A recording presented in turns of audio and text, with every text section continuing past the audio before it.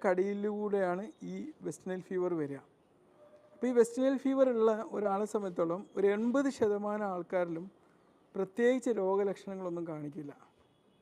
പിന്നെ കുറച്ച് ആൾക്കാരിലൊക്കെ ഇത് പനി, തലവേദന, ശരീരവേദന, സന്ധിവേദന, ഛർദി, വയറിളക്കം, ഓക്കാനം വരിക, ചില ആൾക്കാരിൽ ചില റാഷുകൾ ഈ ചുണങ്ങ് രൂപത്തിലൊക്കെ ഇങ്ങനെ പൊന്തി വരുന്ന അവസ്ഥയുണ്ടാവും.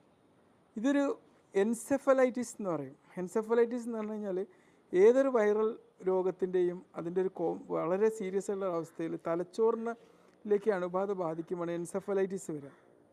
1% താഴെ വെസ്റ്റ് നൈൽ ഫീവറിലാണ് ഈ എൻസെഫലൈറ്റിസ് വന്നത്. മസ്തിഷ്കത്തിൻ്റെ വീക്കം എന്നാണ് പറയുക അതിന്. അല്ലെങ്കിൽ മെനിഞ്ചൈറ്റിസ് ഉണ്ടാക്കും. മെനിഞ്ചൈറ്റിസ് എന്ന് പറഞ്ഞാൽ നമ്മൾ തലച്ചോറിനെയും സ്പൈനൽ കോഡിനെയൊക്കെ കവർ ചെയ്യുന്നൊരു ലെയറാണ്. എൻസെഫലൈറ്റിസ് എന്ന് പറഞ്ഞാൽ തലച്ചോറിൻ്റെ ഭാഗമാണ്.